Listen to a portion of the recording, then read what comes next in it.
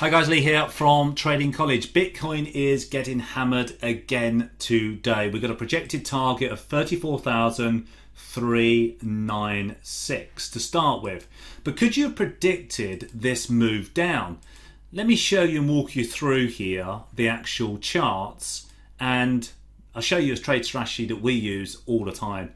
You can see Bitcoin, lovely, aggressive, strong buys all the way from 15, 20,000. We make new highs, come back down here, green pro trading system, we make a new high. Now, instead of looking at the price, look down at the momentum indicators, because the momentum indicators are firing this yellow line. This yellow line is signaling divergence.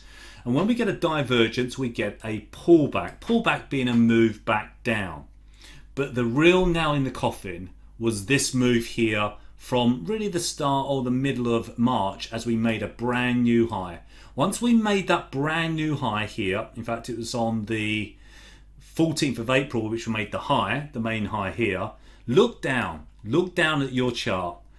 Our storyteller indicator was much lower than the previous peaks.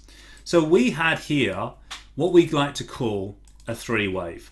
A one wave high, two wave lower high, three wave even lower than the previous peak.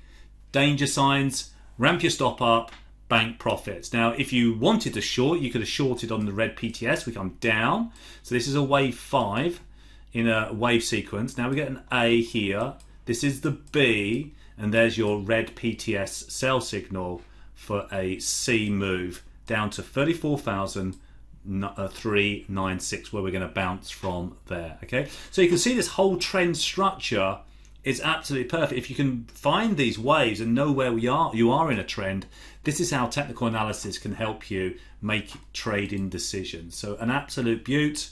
What a great move this is. This is how you could have predicted the Bitcoin rally all the way up since last year, but also this current correction. Speak to you soon.